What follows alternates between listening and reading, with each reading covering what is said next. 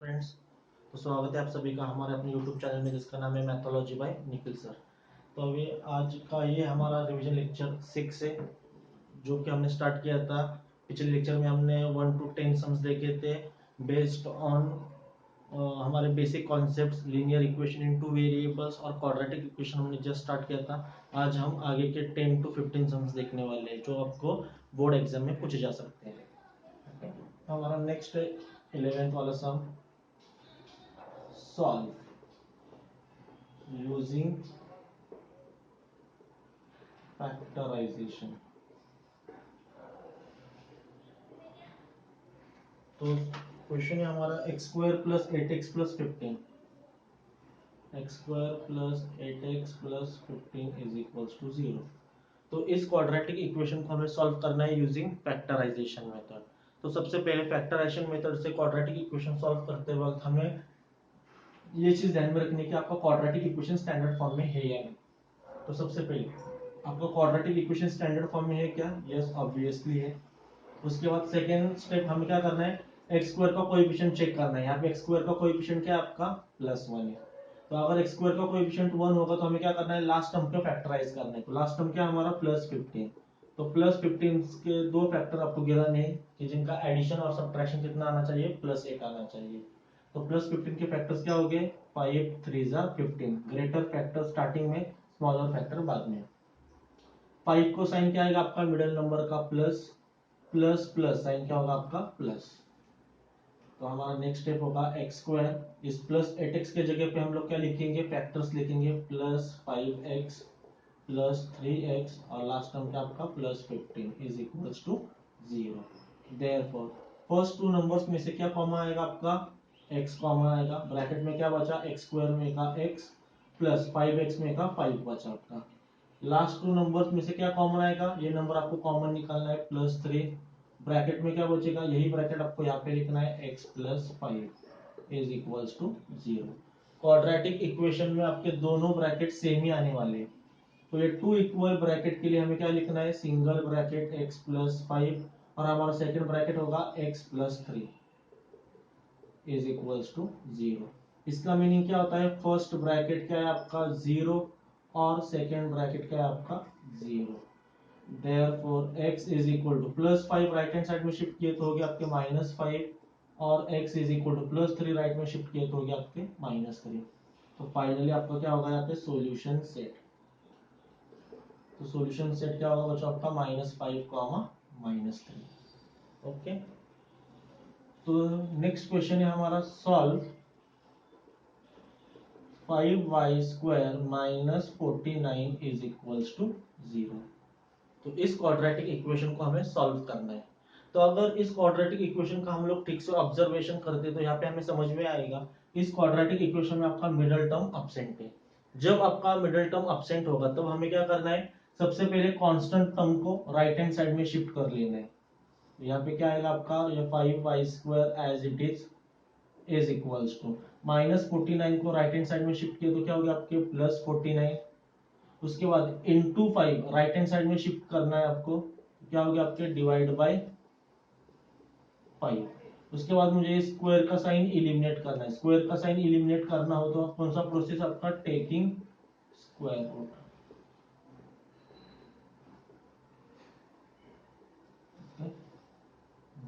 यहाँ पे आपका 25। तो y² का स्क्वायर रूट क्या होगा बच्चों आपका y। 49 का स्क्वायर रूट होगा आपका 7/25 का स्क्वायर रूट होगा आपका 5। तो जब भी हम लोग स्क्वायर रूट लेंगे तब आपके साइन आएंगे प्लस और माइनस, क्योंकि पॉजिटिव नंबर का स्क्वायर भी आपका पॉजिटिव होता है और नेगेटिव नंबर का स्क्वायर भी क्या होता है आपका पॉजिटिव। तो जब भी आप अलजेब्रा में स्क्वायर रूट लोगे तो आपको क्या देने हैं, दो साइन देने हैं। इसका मतलब क्या, y का वैल्यू है आपका 7/5 और y इज इक्वल टू होगा आपका -7/5। और फाइनली आपको लिखना है सॉल्यूशन सेट। तो सॉल्यूशन सेट क्या होगा आपका 7/5 -7/5। तो इस तरीके से आपको क्वेश्चन सॉल्व करना था। तो जल्दी से इसका स्क्रीनशॉट ले लो।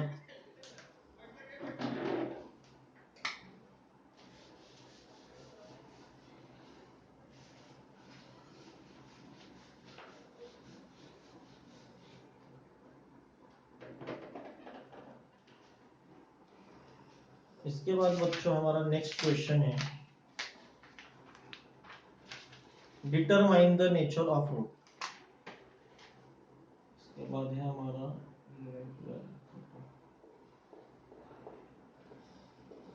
Determine the nature of roots of a quadratic equation. Quadratic equation दिया है उन्होंने 2x² plus 5 root 3x plus 16 is equals to 0। तो इस क्वाड्रेटिक इक्वेशन के जो रूट्स है उनका नेचर हमें आइडेंटिफाई करना है। तो क्वाड्रेटिक इक्वेशन का रूट्स का नेचर आइडेंटिफाई करने के लिए हम लोग कौन से वैल्यू का यूज करेंगे, डिस्क्रिमिनेंट इस वैल्यू का यूज हम लोग करेंगे। तो सबसे पहले क्वाड्रेटिक इक्वेशन को हम लोगों ने लिख लिया, या क्वाड्रेटिक इक्वेशन स्टैंडर्ड फॉर्म में है क्या, यस, इसको हमने लिख लिया पहले। सेकेंड स्टेप क्या होगा हमारा, कंपैरिजन का। तो इसका हम लोग कंपैरिजन करेंगे, comparing with ax² plus bx plus c is equals to 0 के साथ। अगर मैं इस दो क्वाड्रेटिक इक्वेशन का कंपैरिजन करता हूं तो a का वैल्यू क्या आएगा आपका 2, b का वैल्यू क्या आएगा आपका 5 रूट 3, उसके बाद c का वैल्यू क्या होगा आपका 16। ओके, c का वैल्यू होगा आपका 16। उसके बाद हमें क्या करना है, डिस्क्रिमिनेंट का फॉर्मूला अप्लाई करना है। तो डिस्क्रिमिनेंट का फॉर्मूला क्या होता है बच्चों, हमारा delta is equals to b² minus 4ac। तो इज इक्वल टू b का वैल्यू क्या है आपका 5 root 3 whole square minus sign 4 into a का वैल्यू कितना है आपका 2 इंटू c का वैल्यू कितना है आपका 16। तो 5 का स्क्वायर क्या होगा आपका 25 इंटू रूट 3 का स्क्वायर क्या होगा आपका 3 माइनस 4 2 जा 8, 16 8 जा 128, 25 3 जा 75 माइनस 128। तो 75 माइनस 128, 128 में से 75 को सब्ट्रैक्ट कर दीजिए तो कितना आएगा आपका 53। साइन क्या होगा माइनस। तो डेल्टा का वैल्यू क्या आया हमारा -53, यानी कि निगेटिव है। तो यहाँ पे हम लोग लिखेंगे डेल्टा इज लेस देन 0। और जब आपका डेल्टा का वैल्यू निगेटिव होगा तो आपके नेचर ऑफ फ्रूट्स कैसे होते हैं, नॉट रियल। देयरफॉर यहाँ पे हम लिखेंगे the given the roots of given quadratic equation are not real। Okay, इसके बाद 14th वाला सम उन्होंने हमें दिया है, अगर आपका क्वाड्रेटिक इक्वेशन के रूट्स 3 और -10 है, द रूट्स ऑफ एक 2 मिनट, क्वाड्रेटिक इक्वेशन के रूट्स के आपके 3 और -10, और हमें क्या करना है, क्वाड्रेटिक इक्वेशन फॉर्म करना है। तो जब भी आपको क्वाड्रेटिक इक्वेशन के रूट्स दिए जाए तब आपको क्वाड्रेटिक इक्वेशन फॉर्म करने के लिए सबसे पहला स्टेप क्या होगा, लेट फर्स्ट रूट को आपको अल्फा कंसीडर करना है एंड सेकेंड रूट को आपको बीटा कंसीडर करना है। हमारा अल्फा का वैल्यू आएगा 3 और बीटा का वैल्यू आएगा -10। तो क्वाड्रेटिक इक्वेशन फॉर्म करने का हमारा फॉर्मूला क्या होता है बच्चों, x² minus alpha plus beta into x plus alpha beta is equals to 0। यानी कि क्वाड्रेटिक इक्वेशन फॉर्म करने के लिए हमें दो वैल्यूज की जरूरत होती है, alpha plus beta and alpha into beta. तो इसके बाद हम लोग अल्फा प्लस बीटा का वैल्यू निकाल लेंगे। तो अल्फा का वैल्यू कितना है 3, बीटा का वैल्यू कितना है बच्चों आपका -10। तो कितना आएगा आपका 3 प्लस माइनस माइनस, यहाँ पे आएगा 10, 3 माइनस 10 -7। तो अल्फा प्लस बीटा आया आपका -7। उसके बाद अल्फा इंटू बीटा, ये आपको प्रोडक्ट करना है। अल्फा का वैल्यू कितना है बच्चों 3 इंटू बीटा का वैल्यू कितना है आपका -10, 3 इंटू -10 -30। ओके, तो इसके बाद क्वाड्रेटिक इक्वेशन फॉर्म करने का हमारा फॉर्मूला क्या होता है, x² minus alpha plus beta into x plus alpha beta is equals to 0। Therefore x² minus alpha plus beta का वैल्यू कितना है हमारे पास -7, तो यहाँ पे सब्स्टिट्यूट किया, x प्लस अल्फा बीटा का वैल्यू कितना है आपका -30 is equals to 0। Therefore x² minus minus plus 7x plus minus minus 30 is equals to 0। तो ये आया हमारा रिक्वायर्ड क्वाड्रेटिक इक्वेशन। ओके, तो जल्दी से इसका स्क्रीनशॉट ले लो।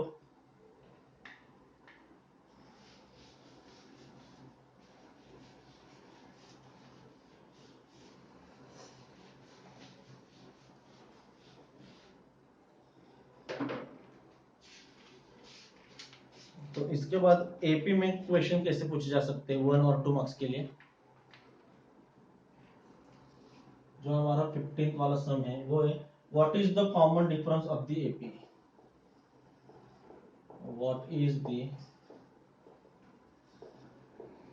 Common difference of the AP.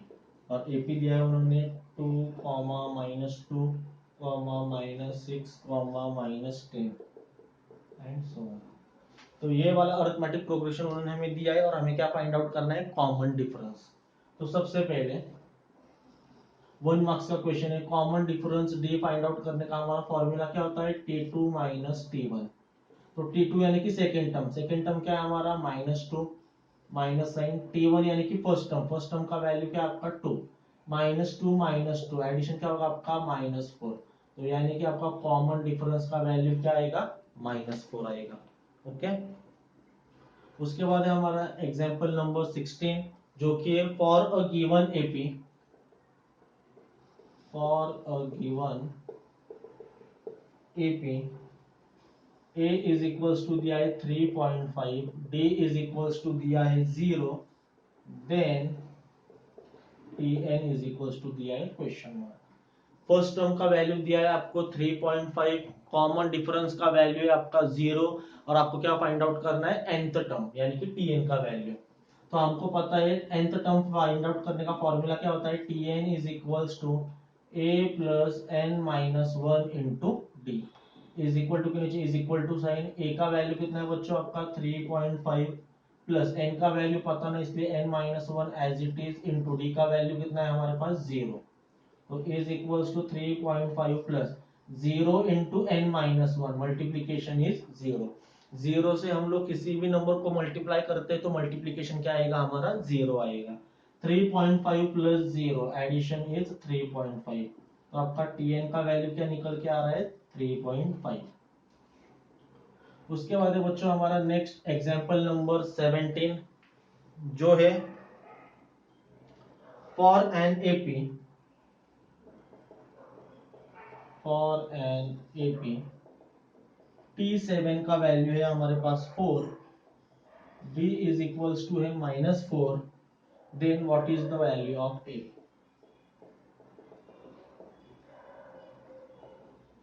Value of A arithmetic progression के लिए T7 का वैल्यू उन्होंने हमें दिया है 4, D का वैल्यू है आपका -4 और हमें क्या फाइंड आउट करना है, A का वैल्यू फाइंड आउट करना है। T7 यानी कि 7th टर्म। तो मुझे बोलो nth टर्म फाइंड आउट करने का फॉर्मूला क्या होता है हमारा, Tn is equals to a plus n minus 1 into T. उन्होंने कौन सा वैल्यू दिया है हमें, T7, तो Tn के जगह पे मैंने T7 को सब्स्टिट्यूट किया। तो T7 इज इक्वल्स टू, दोनों का कंपैरिजन किया तो n का वैल्यू क्या आएगा आपका 7, a का वैल्यू पता है क्या नहीं, प्लस ब्रैकेट में n का वैल्यू कितना है 7 माइनस 1 इंटू डी का वैल्यू कितना है हमारा -4। Therefore T7 का वैल्यू है 4 is equals to a plus 7 minus 1 6 into -4। Therefore 4 is equals to a plus minus minus sin 6 4 is 24। -24 को लेफ्ट हैंड साइड में शिफ्ट कर दो, क्या होगा आपका +24 इज इक्वल्स टू a। तो a का वैल्यू क्या आएगा, 4 + 24 28 आएगा। ओके बच्चों, तो इस तरीके से हमें नेक्स्ट क्वेश्चन सॉल्व करना था। अभी हमारा जो नेक्स्ट एग्जांपल है वो है हमारा example number 18।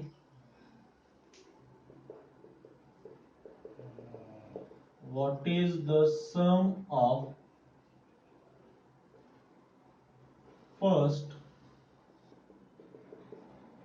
5 multiples of 3। What is the sum of first 5 multiples of 3। तो हमें सबसे पहले क्या लिखना है, 3 के 5 मल्टीपल्स लिखने हैं। तो हमारा एपी क्या आएगा, 3 का फर्स्ट मल्टीपल क्या होता है 3, उसके बाद 6, 9, 12 एंड 15। ओके, और इसका हमें क्या फाइंड आउट करना है, सम फाइंड आउट करना है। तो सम फाइंड आउट करना है तो आप डायरेक्टली इनका एडिशन कर सकते हो, या फिर हम लोग क्या करेंगे, फर्स्ट टर्म क्या है हमारे इसमें 3, कॉमन डिफरेंस डी कितना आएगा 6 माइनस 3, 3 आएगा। उसके बाद लास्ट टर्म उन्होंने हमें दिया है ए एन का वैल्यू दिया है 15, और हमें क्या फाइंड आउट करना है S5, some of first 5 multiples. तो जब आपको फर्स्ट टर्म और लास्ट टर्म पता हो तो एसएन का कौन सा फॉर्मूला हम लोग अप्लाई करेंगे, सेकेंड वाला। तो एसएन का फॉर्मूला क्या होता है, SN is equals to N by two bracket में A plus T N. Therefore S5 is equal to, दोनों का कंपैरिजन कर लो तो n का वैल्यू आएगा आपका 5, यहाँ पे आएगा आपका 5 बाई टू ब्रैकेट में a का वैल्यू कितना है आपका 3 प्लस टी एन का वैल्यू कितना है आपका 15। तो इज इक्वल्स टू, यहाँ पे सॉल्व करता हूँ इसको, तो S5 is equals to 5 by two into 3 plus 15 18, 2 1 जा 2, 2 9 जा 18, तो क्या बचा आपका 5 इंटू 9, 5 9 जा 45। तो S5 का वैल्यू कितना आएगा आपका 45। तो sum of first 5 multiples of 3, addition क्या होगा आपका 45 होगा। तो इस तरीके से आपको अलग अलग तरीके से क्वेश्चन पूछे जा सकते हैं, आपको जवाब देना आना चाहिए। तो जल्दी से इसका स्क्रीनशॉट ले लो।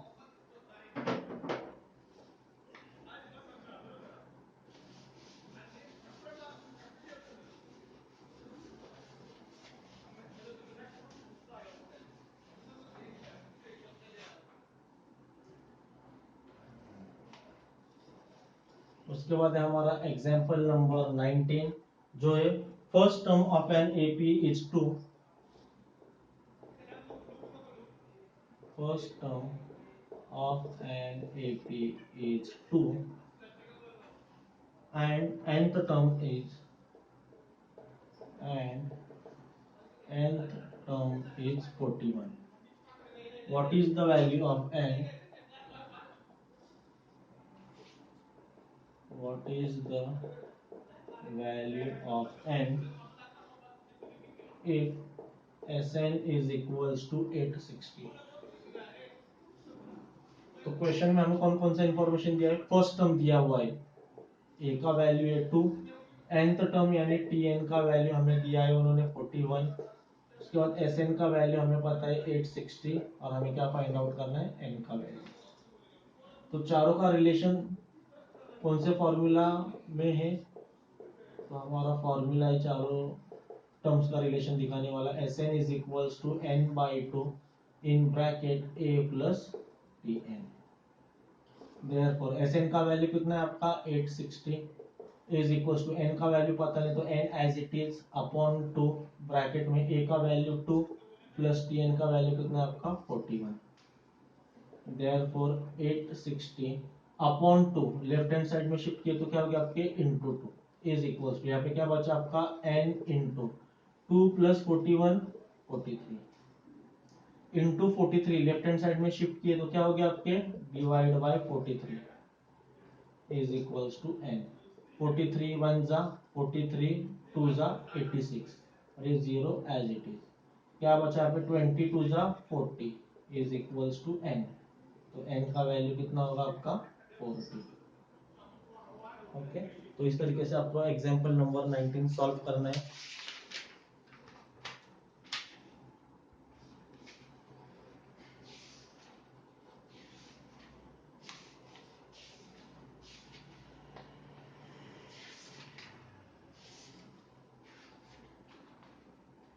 इसके बाद नेक्स्ट प्रोबेबिलिटी के सम्स हमें सॉल्व करने हैं। तो प्रोबेबिलिटी के लिए उन्होंने दिया है इफ, एग्जांपल नंबर हमारा 20, if p of a is equals to